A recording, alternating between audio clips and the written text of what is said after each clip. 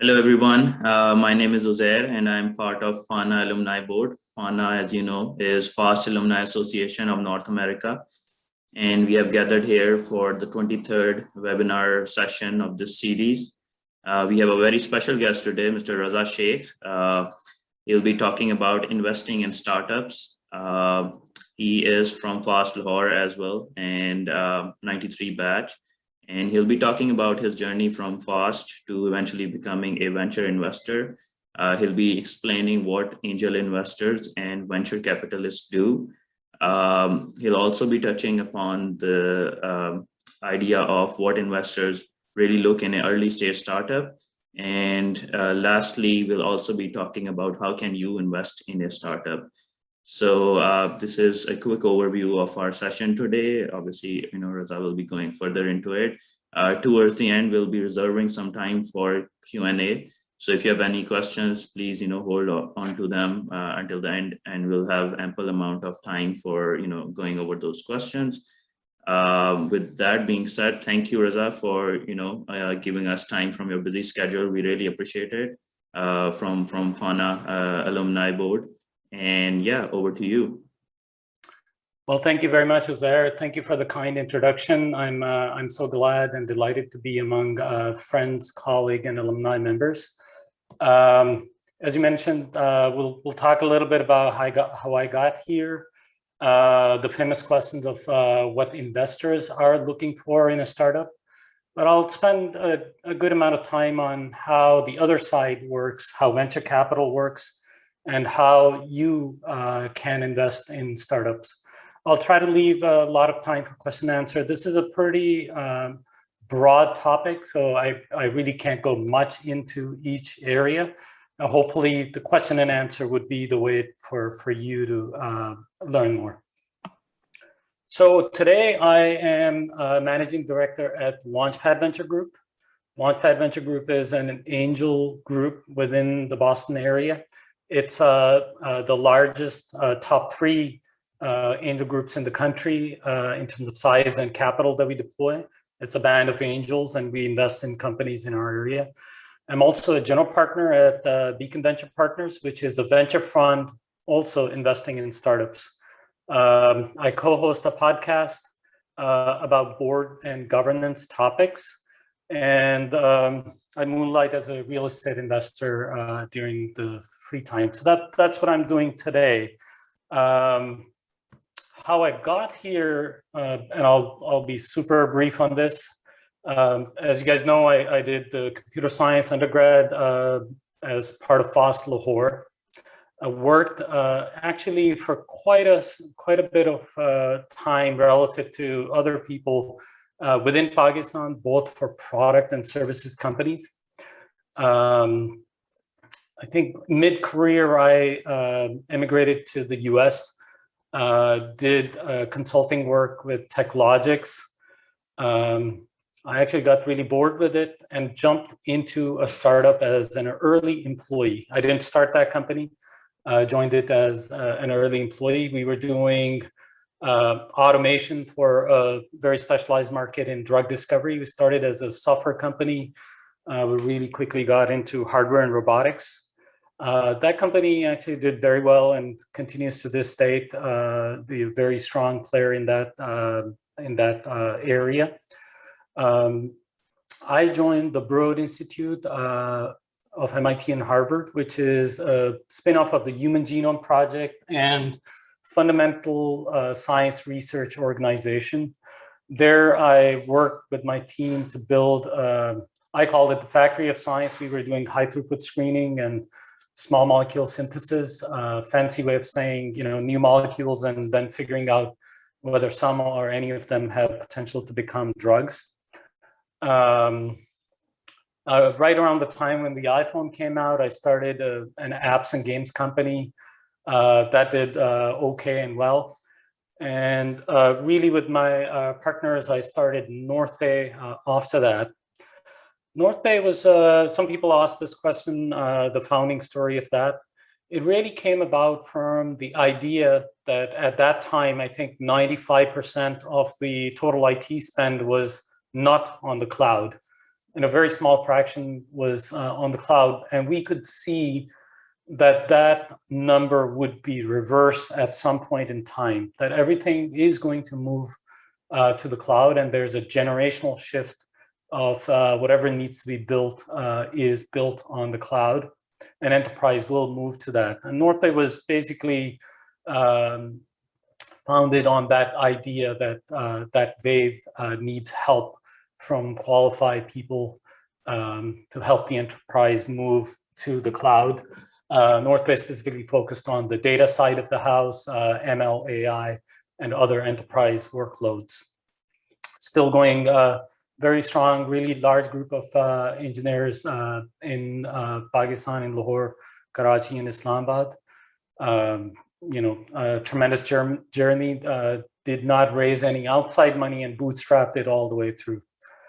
Around sometime while back, I got involved in the local startup ecosystem, which Boston area has a pretty vibrant and a lot of action going on.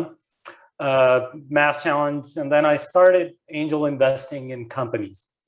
So I started as an individual angel, and we'll talk a little bit about it more.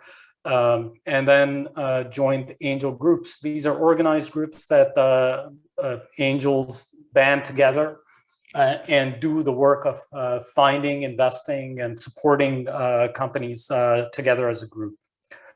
I had just a tremendous amount of fun doing that, and I joined the beginning of 2020, right before the pandemic, joined the management team at Launchpad and raised the Beacon Venture Partners Fund 1. So really a short, super version of how I got from being in the classroom, just like some of you joining, all the way here. Not that there's any high accomplishment here. Before we go any further, since this is you know, a talk about money, I just want to kind of make it clear that I am, all my experience is US centric. So unfortunately, like for a lot of you in Pakistan or thinking about startups, doing startups in Pakistan, I may have very limited and general advice for you. As you'll learn, all investing is also kind of particular to how people do it. And I'm currently only investing in the local Boston area. So, you know, right off the bat, I'm not going to be a funder for you if you're a company outside the Boston area. And lastly, I'm not a lawyer, not a financial advisor. These are not legal or financial advice or general solicitation.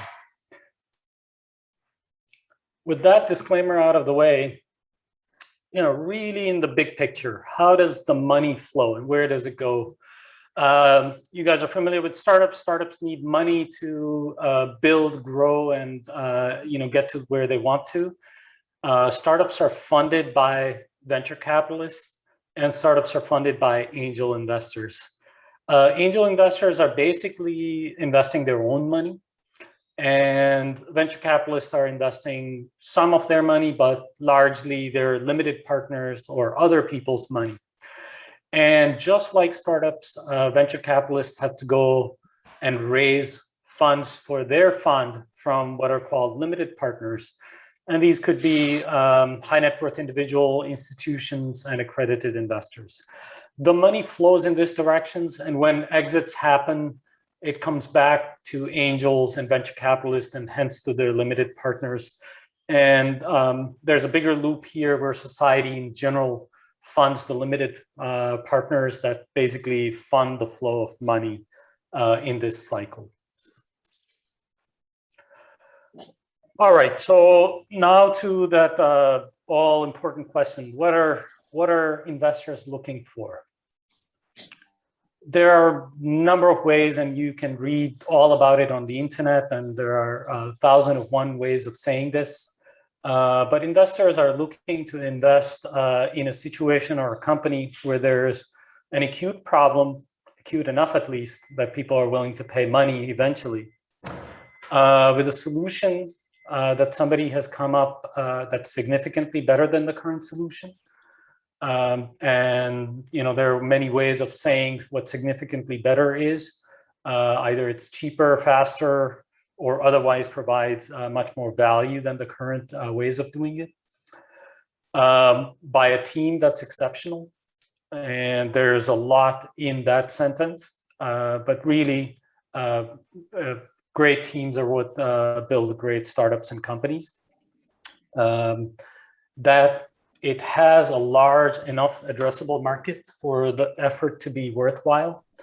That the team has a great plan to get to that market and acquire customers cheaper than their lifetime value, be able to do it at scale, eventually demonstrate that, and a financial model that you can bet some money to the bank on. That the company has a defensible moat, that what they're doing others won't be able to do, not at least easily, and that eventually there is a path to an exit for such a startup. So they're looking for a lot. They're looking for this unicorn, things that actually don't exist in real world, but are somehow magically built out of thin air. Now, you have to remember that when we talk about investors and what they're looking for, we're talking about a particular breed of investor called venture investors. There are many other investors that invest in small businesses, real estate, and debt, and all sorts of other forms that also make money. But today we're talking about these particular investors that want to make money this way by investing into startups.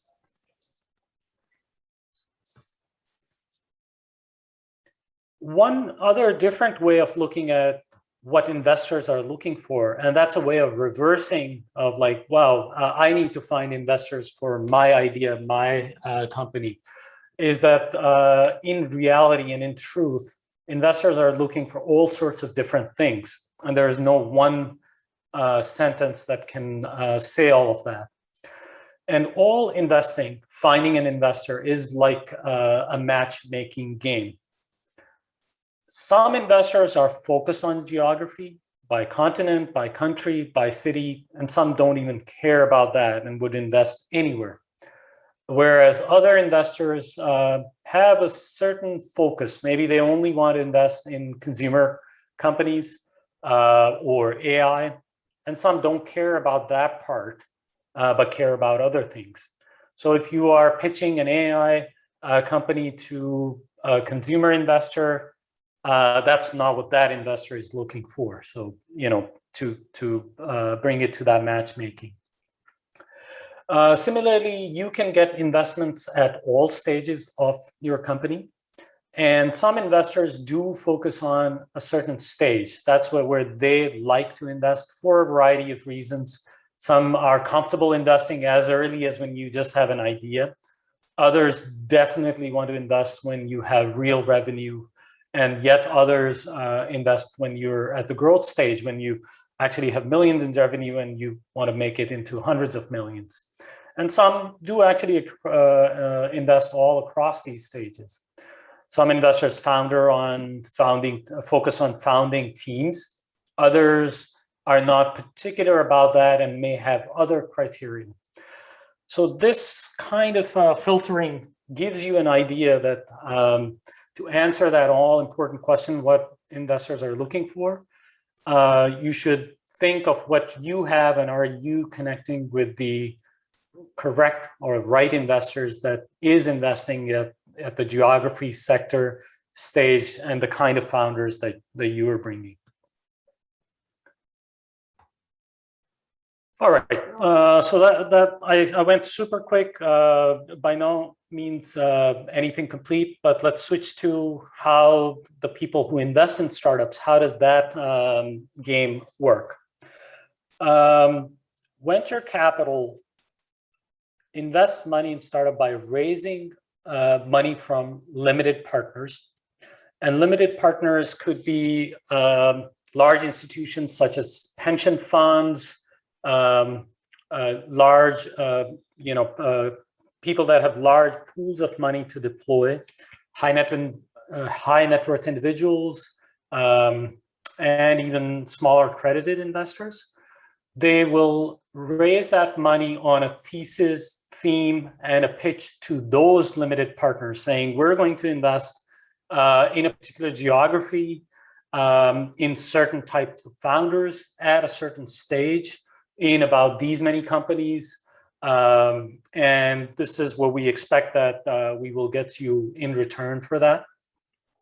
Typical fund life for these funds is actually at least 10 years, often 11, 12, 13, sometimes 15 years as well.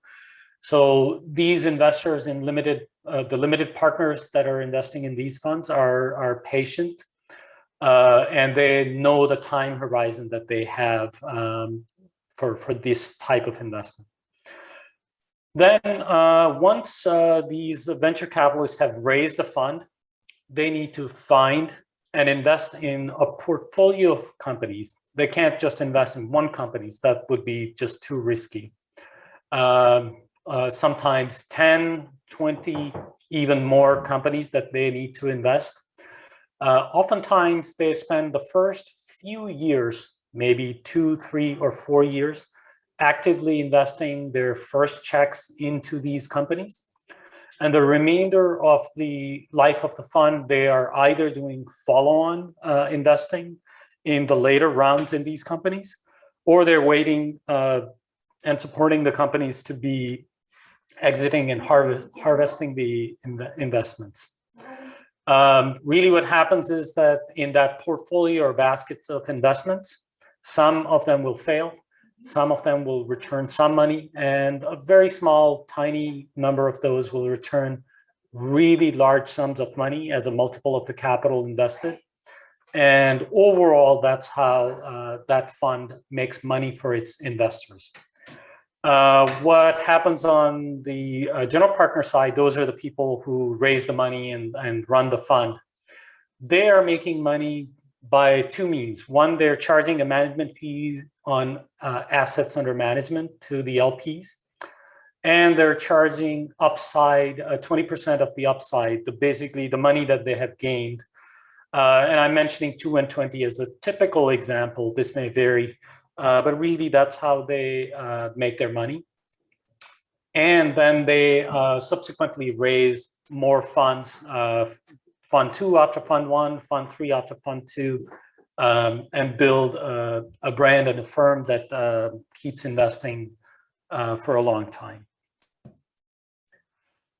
A bunch of things that are kind of really true when these general partners, fund managers are looking at investing in these startups.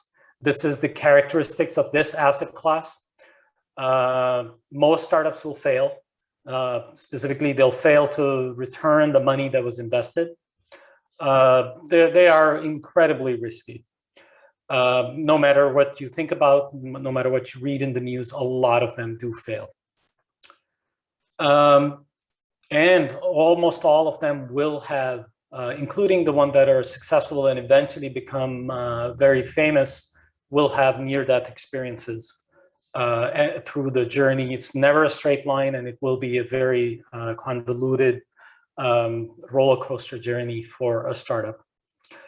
And from the perspective of skill versus luck, the only thing the general partners can do is weed out the obvious losers that they kind of can clearly see that there's no real chance of success. But the one that they pick and invest in, you actually don't know in advance which one of these will be the real big winners. And investors are actually wrong all the time. So when people ask questions like, what do you think about this and that, all the opinions that people are giving you are not necessarily right.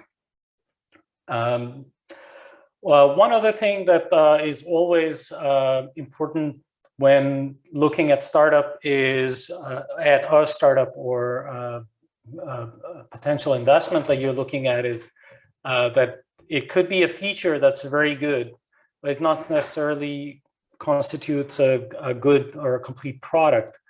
And not every product by itself makes for a good business. and not every, even a good business is a venture return business. So you really have to filter out and get to the ones that will meet the criteria for the kind of companies you need to get into the portfolio that will allow you for risk-adjusted returns at that. One obvious thing is that venture investing is the world of extremistan and not the world of mediocritistan. It's a power law world. If you invest in 100 companies, most of your returns will come, the overwhelming majority, like 90% of your returns will be driven by maybe 2, 3, 5% of those companies in the portfolio. It's a very skewed world, and you have to recognize that. And the real big implication of that is the portfolio investing. As a startup, you only have one bet, and that's your startup. But venture investors have to make a lot of bets to really get returns on the risk. All right, that's a little bit on how that works. Next is who can invest in startups, and this is a very US-centric view that I'm giving you. Other geographies have their own versions of that, or no regulation, or whatever. In the US, startups, you can invest if you are an accredited investor. And the IRS defines it as $1 million in assets, excluding your primary residence, or 300K plus for a married couple as combined household income. I think if you're single, then maybe you can get away with 200K. And there are two ways to invest in startups. Either you directly invest in them yourself, write direct checks into them and be on their cap table, or you can invest your money in funds that in turn invest into startups. With the recent legislation, it is also possible to invest in startups if you are a non-accredited investors. You can invest in securities offered under the Reg CF regime. Reg CF is like crowdfunding. And there are plenty of sites out there where you can look at startups that are pitching to you and invest as little as a few $100s in each. You know, it varies a lot. Not all startups go the crowdfunding route, so you will not have access to all of the companies. And there's argument to be made that the good ones don't really come to the crowdfunding platforms. They are raising from sophisticated and accredited investors. But primarily, you have these two ways to be investing in startups if you're in the US. Now, why you should consider, and I'm again talking about predominantly US and North American folks, why should you consider investing in startups as part of your own personal investment strategy? In recent time, that has been one of the biggest drivers of wealth creation in the country and even the world over.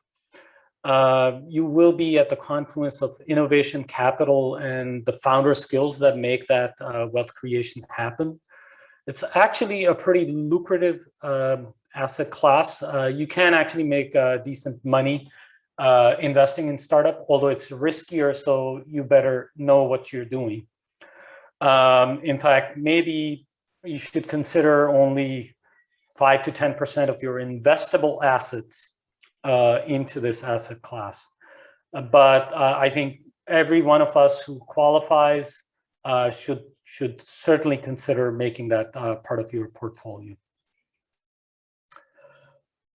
So as I mentioned, there are two ways of investing. Either you can do it directly or put it in a fund. Give it to the general partners of the fund to invest on your behalf. If you invest directly, then you have to be, finding, sourcing, and figuring out these startups. For a fund, the general partners are doing that. You have to do the diligence. You have to figure out, hey, is this a good investment? What should I be checking for before writing the check?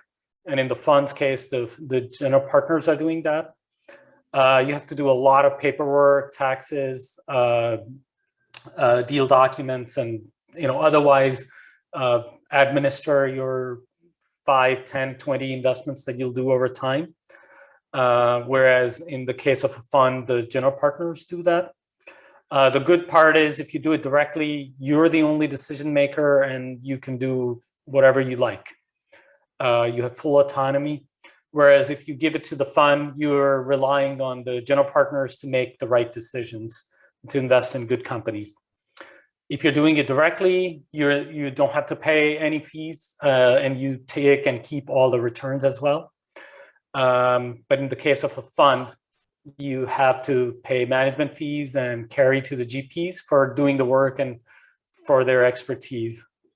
If you do it directly, it will take some time, whereas general partners are spending the time on your behalf. All right, lastly, I'll just briefly talk about, as an example of what a fund looks like if you would have invested in a fund.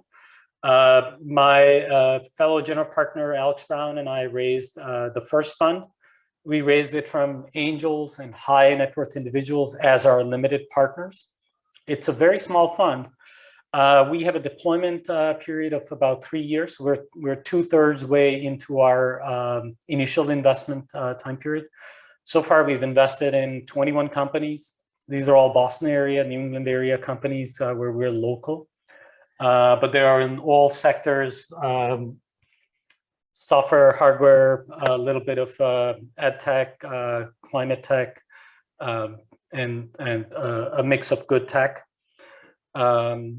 And just so far, the bump in valuation for the next rounds that these companies have gone on to raise in the last 2 years, which they call multiple uninvested capital, is the average of 2.2x. Doesn't mean that's the return. The fund has not actually returned any capital. This is the way of valuing the fund's performance while the capital is not returned yet. It is sector agnostic. We invest at the seed stage, which is really a label. It doesn't mean much because checks at seed stage can range a lot. But our stage is mostly when the product has been built and there's some early revenue, beta customer pilots. That's our initial entry point. And with the fund one, we are going to have the remainder of a year or so worth of more investing. And then for the remaining 7 years or so, do follow-on investing in these companies and support them through their journey.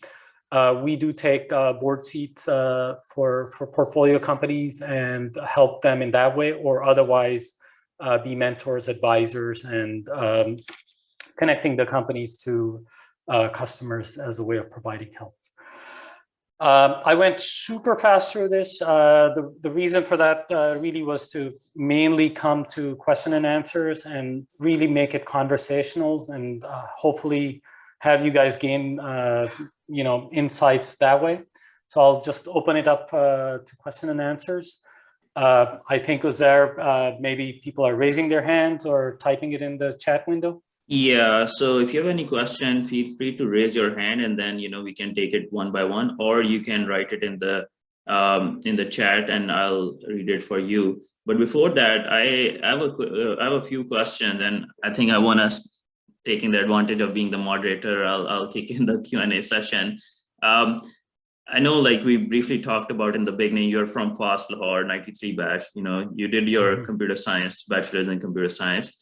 How did that transition happen? Like, this is a lot of financial information and a lot of financial stuff, but, your background, or at least the basic degrees and bachelor's in computer science, right? So do you take any further like an MBA or something, or like was it just your passion and interest that kind of got you interested into this thing? I did not do any MBA. I got interested in the topic of startups just because I had joined one. Actually, I joined one in Lahore while I was working there, which was a venture-backed startup. I think maybe the first time I heard stock options and those kind of fancy words related to investments was in the first startup with WorldWorks, later renamed to Vroom Technologies. They raised a lot of venture capital. So I think I'd say the basic or short answer is getting exposed to these things and then becoming interested in the ecosystem. Mass Challenge is an incubator accelerator here locally that doesn't take equity, but they needed judges and mentors. And being in the technology area, they asked me to judge a few pitches. And I was super intrigued and got interested. And I think the rest of it is that you learn by doing it. When I became an individual angel investor, I was writing the check myself, and I just realized that there's a lot of things that I don't know. And one important decision that I took was that I joined angel groups. And one benefit of joining angel groups was that there are a lot of people who are much more advanced than you. Launchpad, for example, has a whole curriculum. Well, now I actually teach as part of being Launchpad management. But I learned through classes, and these are not like academic classes. These are basically what is the term sheet and what are the important concepts in a term sheet. And with time, you learn that, but really you learn by being a practitioner. Okay, good. And another question is, you briefly touched upon, when you were going through the cycle of the investment, the last portion was exit value, right? So do you want to elaborate a little bit on what exit value actually means? Does it mean that startup, getting, bought by somebody else and everybody making money, or is it something else as well? Well, exit means two or three things. Well, first, it means positive or negative exit. Negative exit means the company died and closed. Positive exit means that either the company got acquired, and then the acquirer come in many forms and shapes, and maybe I'll touch upon it a little bit, or it went public through an IPO, initial public offering process. Again, this is mostly US-centric conversation, but really those are the two main ways of liquidity, meaning getting your money back. Until that time, as an investor, your money is stuck. You're not getting any returns, dividends, interest, profits, anything like that, because these are high growth companies, and all the money that comes in goes back towards making a growth. In fact, they need more money than what comes in for a while, and you can't really take profits or interests or dividends from these companies. The exit by acquisition happens either when companies get acquired straight with cash by a company for whom this asset or this company is valuable, either because of its customers, technology, revenue, book of business, or otherwise strategic value. Sometimes liquidity is also provided by private equity investors. And private equity wants to acquire the business for values that they see, and then bring it to the next stage before spinning it out again, and that's how they make the money on the delta. And lastly, public means your stock is now available to moms and pops that are not accredited investors to purchase. And that's how you provide liquidity to the investors and them being able to get their money back, hopefully more than what they invested. Got it. All right, thank you. So I will start, going through the participants' questions. So I know. I think first up we have Misbah. So, feel free to unmute yourself and ask your question. What I want to discuss is basically on the other side of the table. So I have been working on my startup. It's basically a bot for option trading of Bitcoin. And my algorithm is almost ready, and it has been tested by some other independent hedge funds of USA as well. But I really don't understand how should I pitch it to some VC, because the problem is that it's an algorithm with some results, of course, and on live tested data. But I really don't understand it because right now the thing that I'm working on, it's in a gray area in Pakistan. I mean, I'm sure you're aware of this, what I'm talking about. So when I talk to some VC in Pakistan, or those VCs who are looking to fund some startup in Pakistan, so when they talk about this thing, I mean, they say that we are not sure about the regulatory environment, and we are not sure. I mean, can we really? I mean, and we really go through the regulatory stuff or not? So I don't want to be very, I mean, wordy here. So I just want to be brief. That can you just give me one word of advice that how can I mean, pitch it to some investor? Misbah, can you introduce yourself as well? Like, what campus are you from? Okay. Actually, to be honest, I'm actually not from FAST. Oh, okay. I'm actually from NAD University. I'm graduated 2005, NAD Electronics. And right now, I am working as a data scientist in Bank Hessel. Okay, good. Thank you. So, Mr. It's a good question. This is all tough stuff. I mean, first thing is that people are never investing in an algorithm. People are investing in the value to a consumer of that algorithm. So first you have to really be clarifying to yourself, and hence to the investors, what value does it bring to whoever is going to buy this service or use this service? Is it making them more money? So then, you're tying it to how does it make more money, or whatever it is.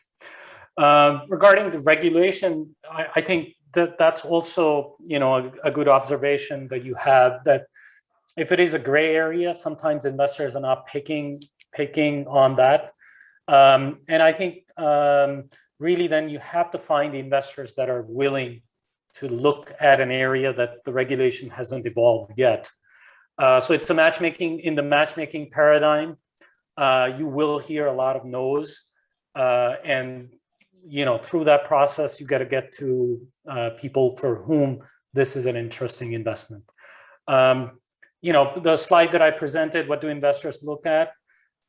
In some ways, you have to address those 7 or 8 questions.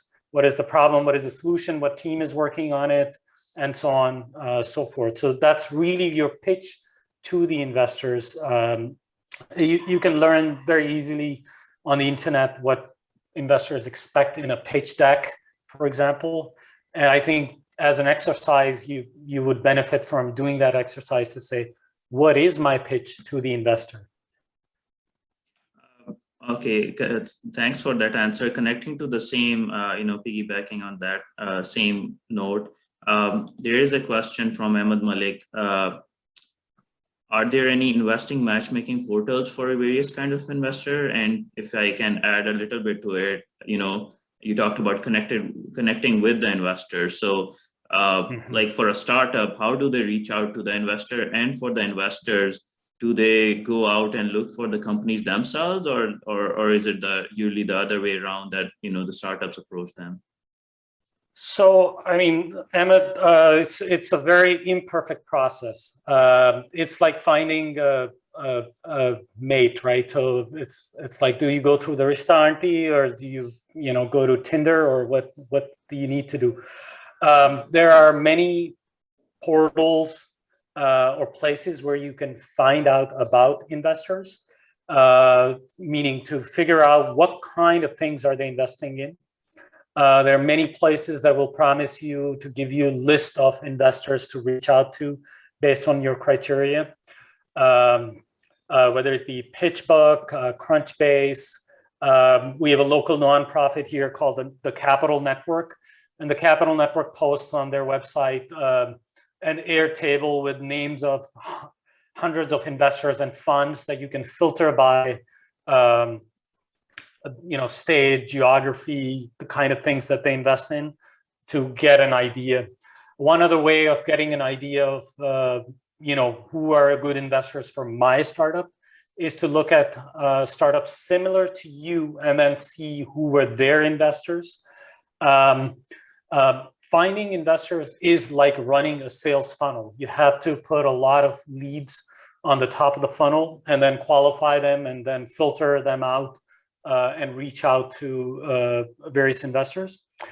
Investors generally are actually very open and want to be found.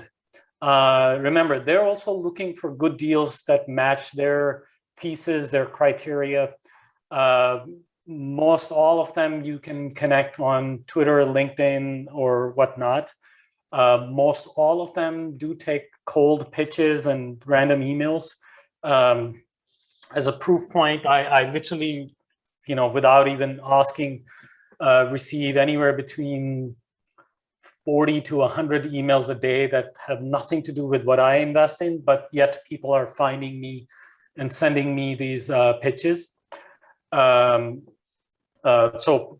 really it is kind of a process to look outwards, find the resources for putting up maybe a list of the 50 or 100 investors that you think would be a good match for what you're trying to do, and then start reaching out. Okay, cool. Thanks. And we have another question from Mr. Umar Inam. I'll ask to unmute himself and have the floor.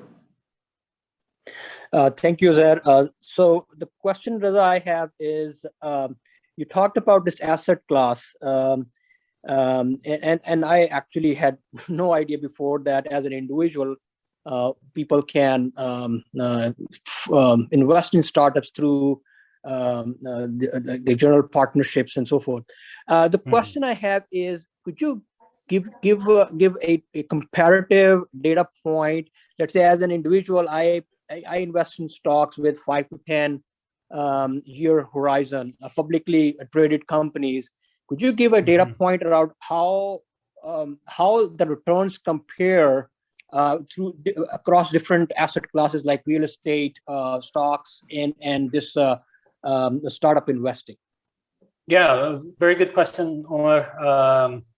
Good to hear from you. It's been a while. I think as I said, venture investing is within itself governed by power laws.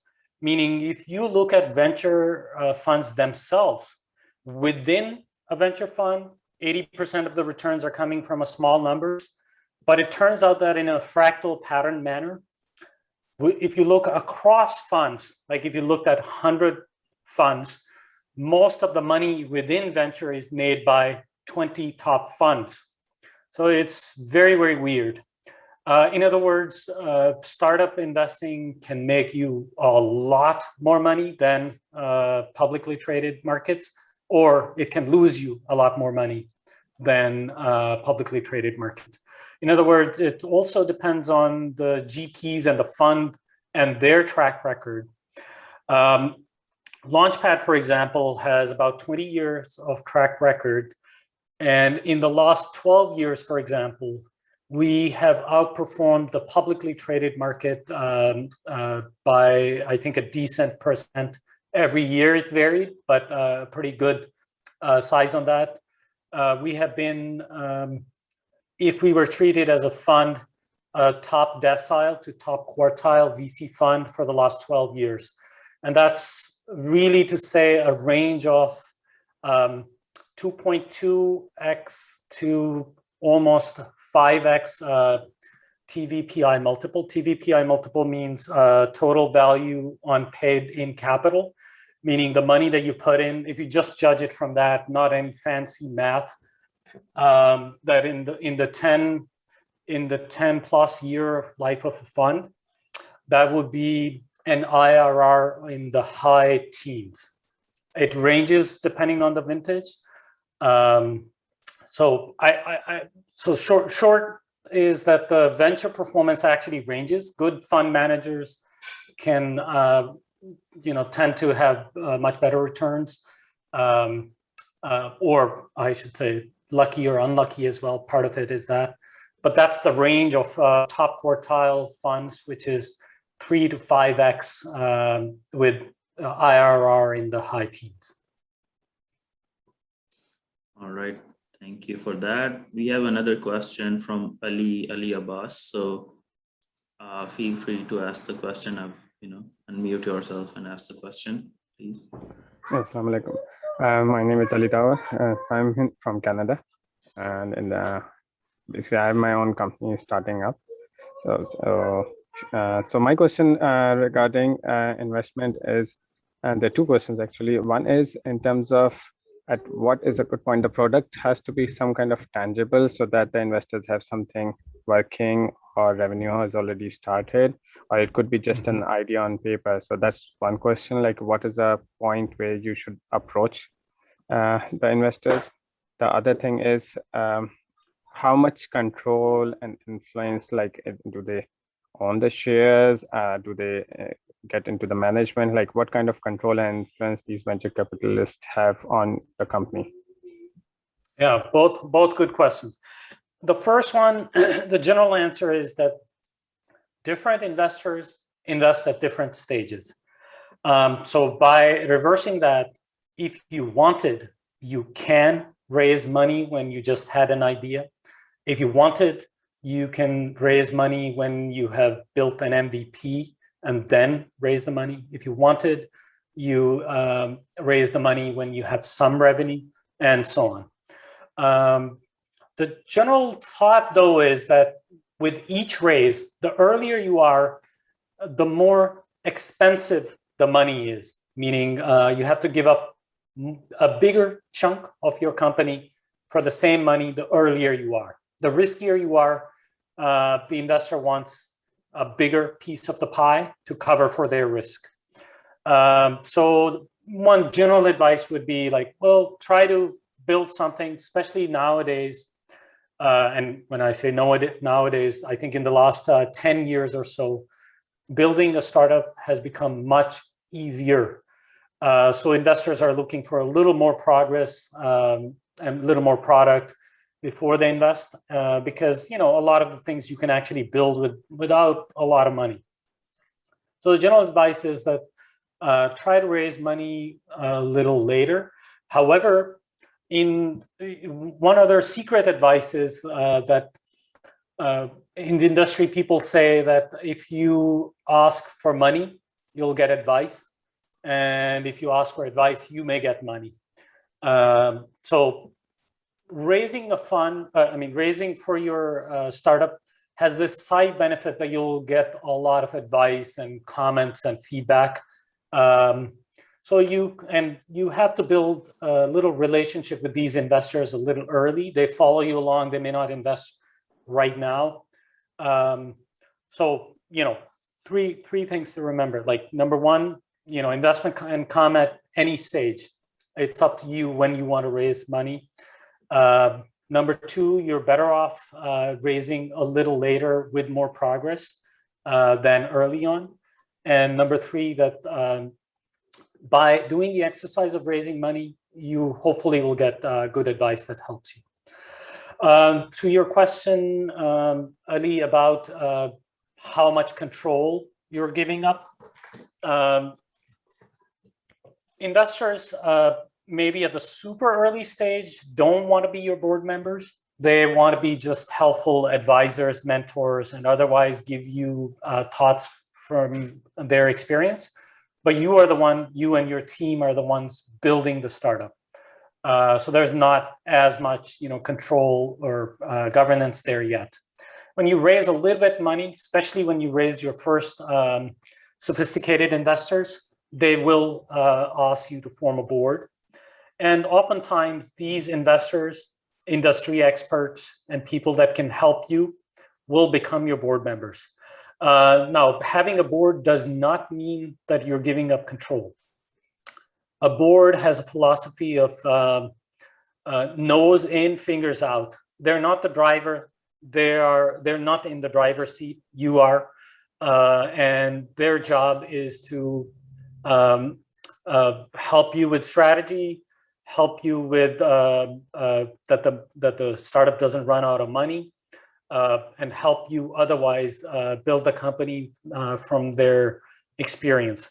Good boards are not doing management. Got it. I have a question that came in the chat box earlier, so I thought, I'll link it up over here. Can the angel investors be in the board of the companies that they've invested in? Absolutely. Launchpad as a group, as an example, has about 30 to 35 board members in portfolio companies. We have a active portfolio of about 60 companies. And the idea here is that Christopher is sitting on a board because a bunch of members invested, and hence he's the point person helping the company. And I'm sitting on the board because Christopher and Alex invested in a company with me. And collectively, we have well-supervised companies. So angels definitely, I mean, it depends on the angel, do take board seats and do want to help companies by being on the board. Got it. There is a gentleman, AK. Do you mind unmuting yourself and introducing yourself before you ask the question, please? Yes, hi, good afternoon. This is Arslan Khan. Thank you for running this webinar. Raza, thanks for your time. I guess a question that somewhat got answered, but I'll ask it anyway. So from a standpoint of VCs, when they're looking to make the investments, how much of that is trend investing? So what's your point of view on it? So these days, if I were to look at trend, it would be AI and crypto and ESG and all those things. How much of it is trend-based investing in the VC? I think there are two ways of thinking about it. One, that it's actually not trend-based investing, even though AI may become hot, and it appears that a lot of VCs have just started investing in AI because it became hot. I think in reality, what they're investing is in the business models that get enabled with that. They're not enamored because it just so happens to be AI.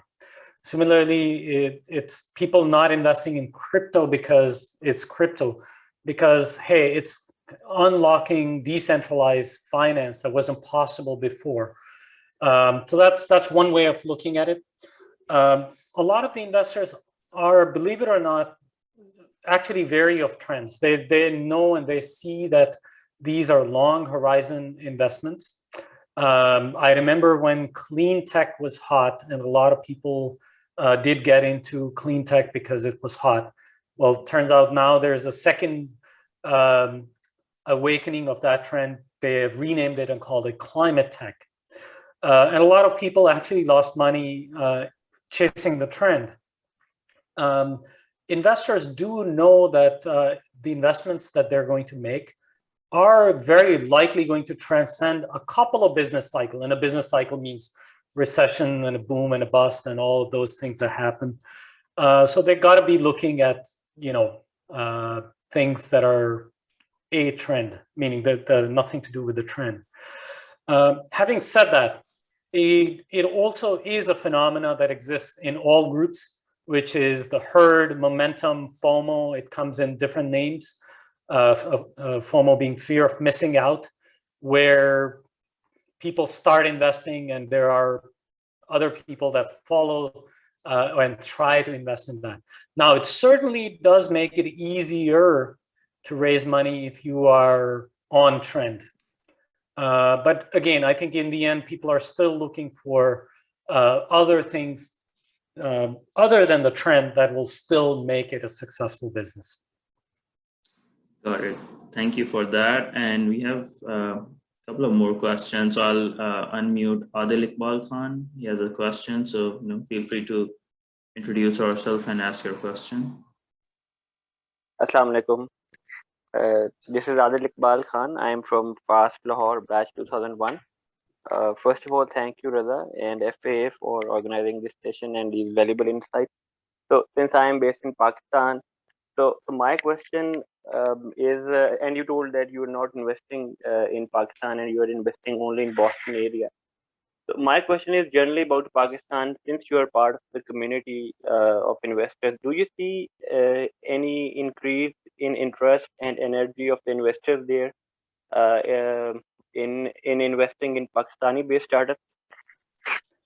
Yeah, I mean, I just on social media and everywhere I see, tremendous amount of interest that people are branding Pakistani startups as the next big thing. So there's definitely interest. And I think it's part of it is what also people know in the industry, that there's actually a lot of money trying to chase good deals. And people then resort to like, whoa, maybe I can find some good deals in Pakistan where others are not looking. And that has resulted in, some good chunk of money coming to startups in Pakistan. I also see and observe that there's a little bit of culture developing, but I also see at the same time that it may not be a grassroots-based culture unless we see success. So a lot of the people are taking it as like a final year project kind of thing where, oh, I need to do a startup and that'll make a lot of money, not sure. So, to answer your general question, I mean, I'm only familiar with the Pakistan ecosystem just from public media. And I've been approached and in touch with many entrepreneurs and have talked with them on ideas and given them general advice. But I think the ecosystem itself, because I haven't invested, I don't have skin in the game there to know what's actually going on. I have a few more questions that came in the chat box. There's a detailed question from Salman Jamali. He is from FAST Karachi batch 06. And there are actually 3 questions in his message. So I'll read them out for you. First up is, would you recommend lowering carry to attract limited partners, focus in early stage? The second question is, when do you choose to lead a round? When do you avoid leading but still invest in the round? And the third one is, when do you expect a startup to have formed a board? Mm-hmm. So I'll go one by one. Good questions, Salman. The carry part is not as much related to the stage, but the fund economics have to work for the GP. In other words, if it's a small fund, let's say sub 20 million, and you really don't want to lower the carry too much. I think LPs also understand this phenomena. And when we invest in startups, we understand this phenomena as founder economics. We want the GP, the LPs should want the fund economics to work for the GP. If there's not too much money in it for the GP, why they're working on this, like, so you kind of doubt it. In fact, I've actually seen the opposite, where smaller funds actually can ask for a higher management fee or a higher component of carry, just simply because it has to be worthwhile for the GPs to be doing this. But the market varies. It's still hovering around the standard 220 with variations and with small bells and whistles. In terms of leading a round, Launchpad has a strong preference for leading the round. That's how we're filtering our deal flow. We do participate in the round if the lead has similar philosophy on deal, setting up the deal and the capital staging for the company that we have. Oftentimes, these are other leads that we may have worked in the past, so we have a little bit of an idea. And lastly, sometimes we may fall on, we may put money without leading if it's just the only way we can get into the deal. And when a startup should expect to form a board, whenever they have taken significant chunk of money, at least.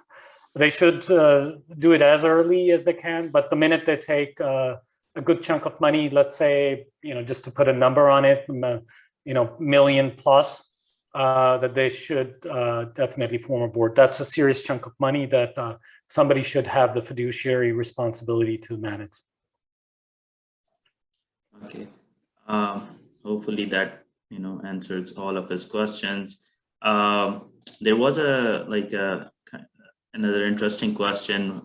From Khurram Iqbal, how does your typical day look like? Oh yeah. Well, I guess there's no real typical day, but generally it's divided into early part of what people call deal flow and deal sourcing. I'm at Launchpad. I'm responsible for the deal flow for the group. So I do end up spending a lot of time talking with entrepreneurs, like, hey, what's your idea? What you're looking for? And route them the correct path. Like, hey, you're not fit for us, but here are some other possible investors that may be interested, or you're early and maybe, let's go through this path. So I would say, maybe 20% of my time gets into that. Another 20% goes into actually running the group. And running the group means, we as a group then have formal activities of monthly pitches, a whole bunch of training and curriculum that we do. And maybe, like 10% of the time gets spent in deal making, where while we're doing diligence and companies coming out of diligence, we need to form a team and, like now set the terms for the round. And of course, the entrepreneur is looking for a higher valuation and walking them through the venture math for why that's not a good thing for them. So maybe the deal making part takes a little bit of time. And then I think, just miscellaneous and a bunch of other things just get added to the time.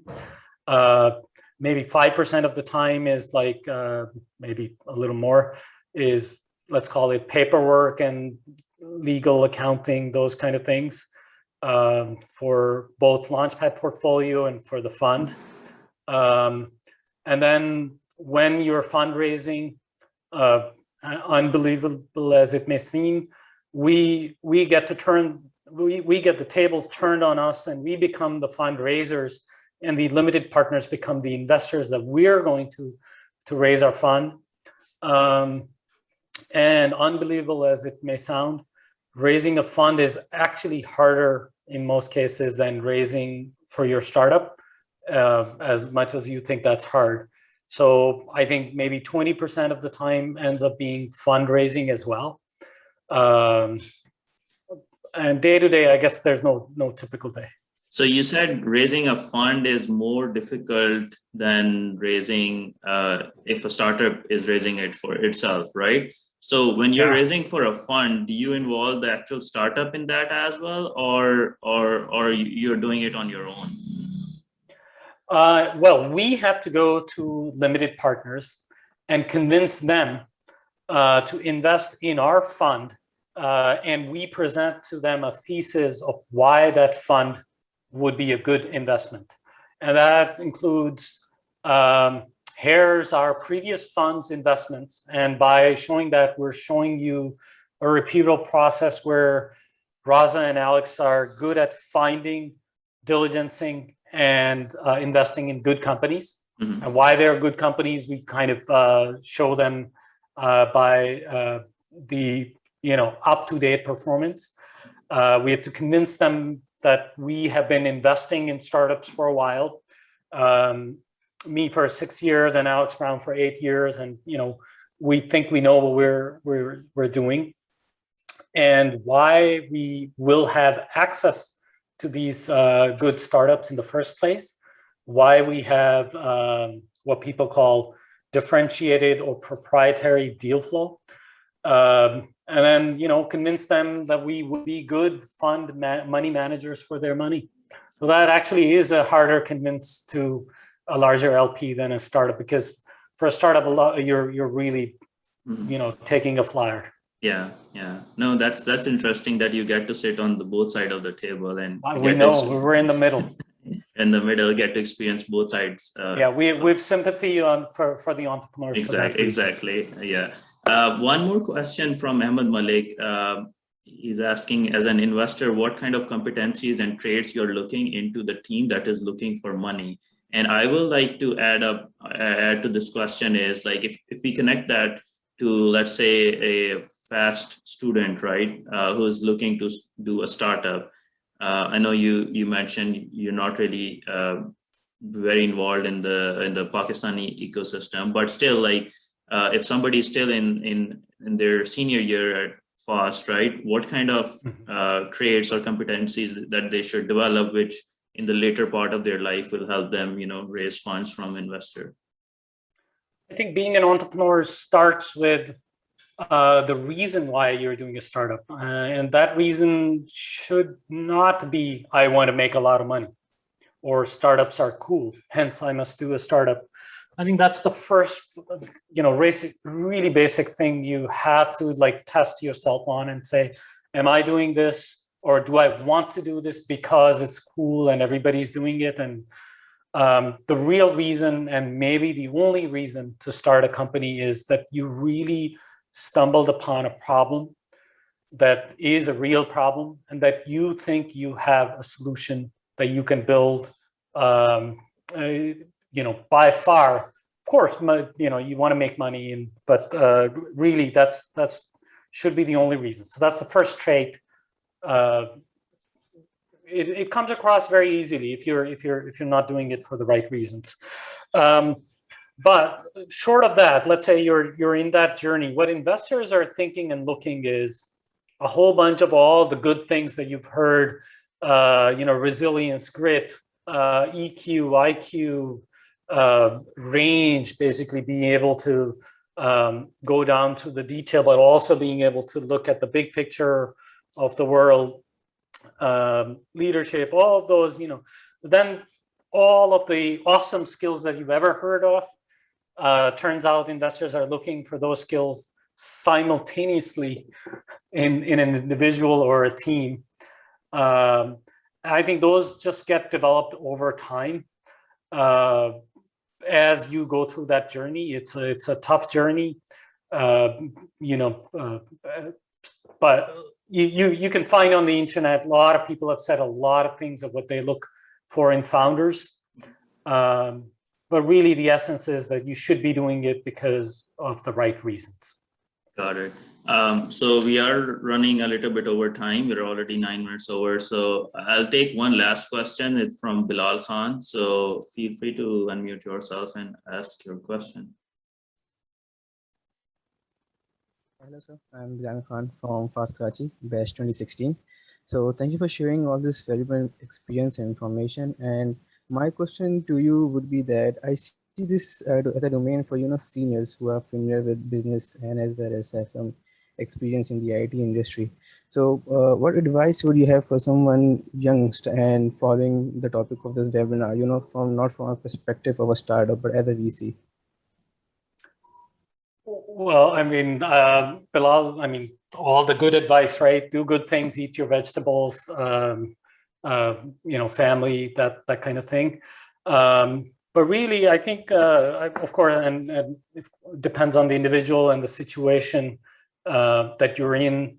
I hope that all of us are looking for personal growth. All of us are looking to be successful for ourselves as individuals and for our families, for our communities. We each come from the background where we have gotten into technology because we went to a certain college. And I think we each have to build it from there. Whatever your skill, problem solving and work is, you at every stage just have this, that you want to do better and you want to improve. and build it from there. I don't know, like, I think that's the most general advice. I think, with that, we'll, put a close to this amazing session.